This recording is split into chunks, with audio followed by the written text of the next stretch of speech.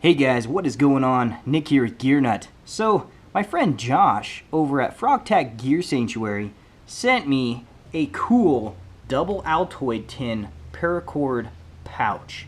Look at this pouch, guys. This thing is absolutely outstanding.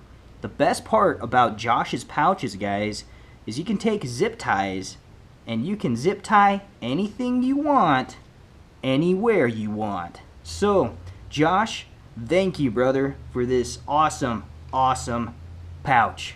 So, as you can see, Josh, I made a little bit of gear nut modifications to your pouch. So let's get to it. Down here, as you guys can see, I have two zip ties holding on a, it's not a paracord, it's a bank line donut. So this is about 100 feet or so of bank line, which is really awesome. If you guys don't know about bank line, it's just some really cool stuff. A lot of cordage, strong cordage, holds knots. That's all you need to know. Good stuff. Buy it. On the front here, you guys can see the lead lenser P3. This is just the standard P3. It's not the P3 AFSP. I gave that one to my dad. My dad didn't have a light, so I do that quite a bit. I end up giving flashlights and knives and stuff to people that I just run across that need them. So, but this is a great little light. It's not the brightest light in the world, but this thing has been with me on so many adventures. You guys could probably see all the love on this little flashlight. I did end up super gluing the clip on just because I liked how I could carry it, and I can clip it on my baseball hat, turn it into a headlamp. So, really cool. So, that's on there. Really small, not a big deal. I do have a tops. This is just an S-beaner. Yeah, you can put S-beaners on Josh's pouches, guys, and it holds quite a bit of stuff. Got a little piece of jute twine, little hank, really nice and tightly wound up. And then I have a tops survival whistle. If you guys are going to have survival whistles and you have small children, let your kids play around with them and see if they can actually blow them. I have a 5-year-old and a 3-year-old, and this whistle works with my small kids. So if you have small children, make sure they can blow their whistles. If they have whistles in your kit or you have extra whistles, make sure you got a brand that works for them as well as you. So, over here on this side, as you guys are probably looking at, this is one of my SE Azula sheaths. So, this is the SE Azula 2. This is a mini Bic. So I got a little mini Bic in here. And this right here is a 1/2 inch by, it's 1/2 inch in diameter by 2.5 inches long ferro rod with a magnesium handle, so I can use the magnesium for a tinder. So I just have this zip tied to Josh's pouch over here on the side, and I have the neck lanyard just wrapped around here. So really cool, works out great, holds it, doesn't come off. Now, Josh's pouch, not only is it awesome, paracord, and you could tear it down if you absolutely had to, but I don't see why you would. It's totally awesome. So, he also incorporated a compass up here in the top strap, and he did incorporate another little redundant ferro rod for me. Thank you, Josh. How kind of you. So, this is really awesome. You guys are probably wondering what's inside these two tins. Well, let's check this out. So, tin 1 and tin 2. Let's set this down. Now, when I originally asked Josh to make me a pouch, I told him that I wanted an Altoids tin pouch with a space blanket pouch behind it. Josh totally surprised me with this awesome double Altoids tin pouch. So, Josh, unknowingly, did you give me something totally awesome, but check this out. Take off the Ranger band. On the back of here there's Gorilla Tape, so we'll get into that a little bit later. Open your tin up. Your space blanket stores inside your tin, guys. So if you guys are thinking about getting something like that, this will keep your space blankets protected from punctures and anything else like that.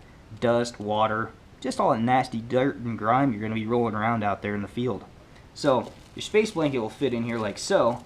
Takes up quite a bit of room, but there's still some other stuff in this tin. So I have some more cordage. This is just some white nylon cordage. I use this stuff quite a bit, had it laying around. and you know, I could do something with it. So it went in the tin. Down here, this is upholstery thread, guys. If you guys don't know about upholstery thread, it's outdoor upholstery thread. That's what I use to sew on all my buttons, sometimes on leather sheaths and stuff I make, and all that good stuff. So check some upholstery thread out. It's outdoor upholstery thread. Pick that stuff up, put it in your kit. You can even use this stuff as fishing line, guys. It's tough stuff. Up here on the lid, there's a box cutter blade. I use masking tape. It's not as sticky. It doesn't leave a residue or anything like electrical tape or Gorilla Tape does. So I use masking tape. There's 2 sewing needles for that. So back here on the bottom of the tin, guys, this is Gorilla Tape. So with Gorilla Tape on the bottom of your tin, you can take a knife, like the Topps MSK, and slice down here and use your tin as a cutting board. It will dull your knife, but it gives you an opportunity to cut your tape into exact, precise measurements that you would need for securing a flashlight to something, or something along that line. You can cut it any way you want, or you can just take the whole thing off. That's just one little strip. Each tin has that on the bottom. So, pretty cool. That was tin 1, guys. Now this is tin 2. So, Ranger Band again. If you guys don't know about Ranger Bands, they're absolutely outstanding, and you can burn them if you want to. Everybody's a pyro bug. So, under this lid, there's 7 fishing hooks, masking taped up, and there's 1 neodymium magnet, real strong little magnet, so I could turn one of those sewing needles into a compass if that one would fail. Just need a leaf or something that would float, piece of wood, cork, and I can magnetize it, and just use my judgment to figure out which one's north and south. So, first out, it's going to be a little piece of premium fat wood. This stuff is so resinous, I had to put it in a Ziploc bag. Awesome stuff. Make sure you have some fat wood with you guys. Best fire starter besides Grizzly Napalm. Can't beat Grizzly Napalm, but there's just not enough room in here for that. So, speaking of fire, we got a wet fire. Basically, you know, everybody knows what those are. And we have 2 Tinder Quicks right here. Really cool stuff. Help you get a fire started in some conditions if the fat wood don't work. And if it's really bad, guys, I have 6 of these UCO Stormproof matches, and I have the striker at the very tip of the bag. So you just roll that up. It insulates the striker away from the matches so you don't have accidental ignition. That would be bad. Be a funny video, but bad for the, you know, trip. So right here is my fishing line. I didn't just put any fishing line in here. This is spider wire. It's braided spider wire, and I put a Ranger Band around it. It's 20-pound test, and this stuff does not hold memory, guys. It's really tough to cut, and 20 pounds is a really good pound for the area that I live in. If I'm going after anything bigger than 20 pounds, I'm more than likely not survival fishing. So this should take care of what I need. Right here I have a magnifying lens. This just happens to come out of a Coghlan's 4-in-1 survival whistle. Put some masking tape over it just to keep it from getting all scratched up. I'm not sure how long this kit will be sitting idle in the vehicle before it gets used. These right here are antibacterial bandages. They're made by the Guard company. Pick these up at Walmart. They're latex free. These are the large size, so they're sterile and they have antibacterial properties in the bandage. So I thought I'd give these a try and just kind of see how it works out.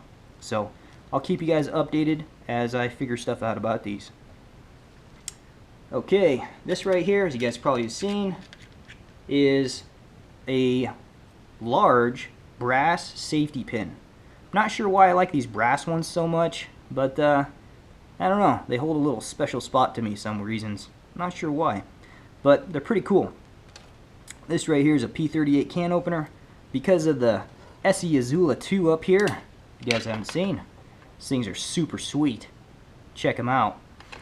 Because the SE Azula 2 doesn't have a can opener or any way of opening it without compromising my blade, I thought I'd throw in Jimmy the Fish's can opener that he sent me. Thank you, Jimmy. I appreciate that a lot. It's going to be in my kit near and dear to me.